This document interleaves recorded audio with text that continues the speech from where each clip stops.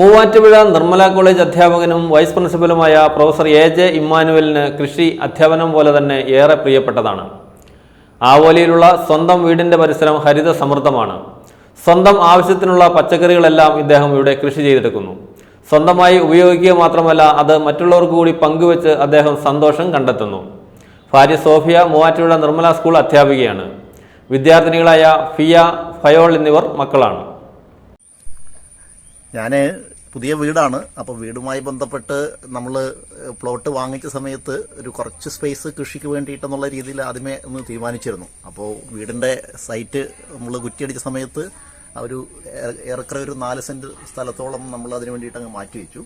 അതിന് വീടിൻ്റെ work complete കഴിഞ്ഞ് അവിടെ നമ്മളൊരു ഒരടിയോളം മണ്ണ് നമുക്ക് സ്ഥലത്ത് പ്ലോട്ടിൽ ബാക്കിയുണ്ടായിരുന്നു. അപ്പോൾ അതെടുത്ത് ഈ 4 സെന്റ് സ്ഥലം പടിഞ്ഞാറ് വശമായതുകൊണ്ട് നമ്മൾ ഉയർത്തി.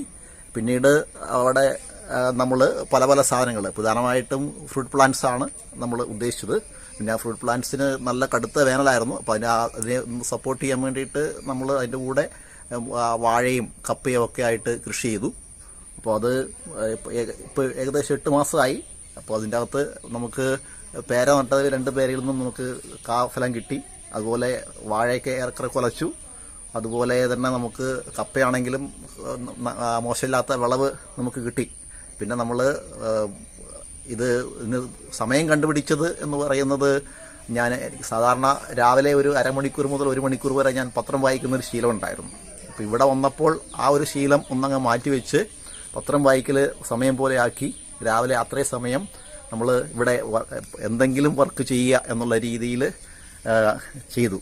അപ്പോൾ അതിൻ്റെ അത് നമുക്ക് സ്വാഭാവികമായിട്ടും നമുക്ക് മനസ്സിന് കുറച്ചും കൂടെ ഒരു സന്തോഷം. കാരണം നമ്മളെ ഓരോ ചെടികൾ വളർന്നു വരുന്നതും അതിൻ്റെ പൂവും കായും വരുന്നതും അത് വലുതാവുന്നതൊക്കെ അതുപോലെ ഇടയ്ക്ക് കഴിക്കുക. പിന്നെ നമ്മൾ കഴിഞ്ഞ ഒരു 5-6 മാസമായി പച്ചക്കറി വാങ്ങിക്കാറില്ല.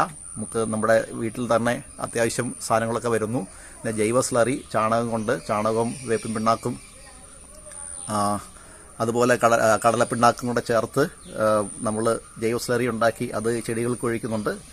പ്ലാന്റുകൾക്ക് ഒഴിച്ച് നല്ല ബൂസ്റ്റിംഗ് ആയിരുന്നു. പിന്നെ മെയിനായിട്ട് ചാണകമാണ് നമ്മൾ ഉപയോഗിക്കുക. ആ ചാണകം പുറത്തുനിന്ന് വാങ്ങിച്ചിട്ട് ചെയ്യുന്നു.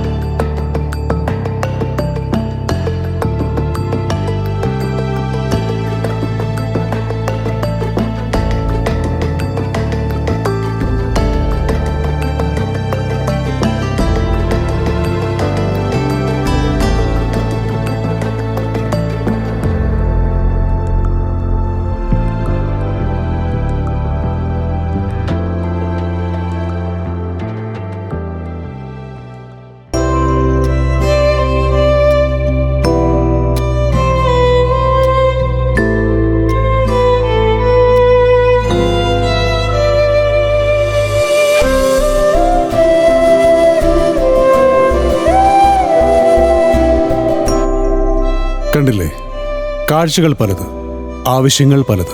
എന്നും നിങ്ങൾക്ക് താങ്ങായി റിലയൻറ്റ് ക്രെഡിറ്റ്സ്. പണയം വയ്ക്കുന്നത് സ്വർണമാണ്, അഭിമാനമല്ല.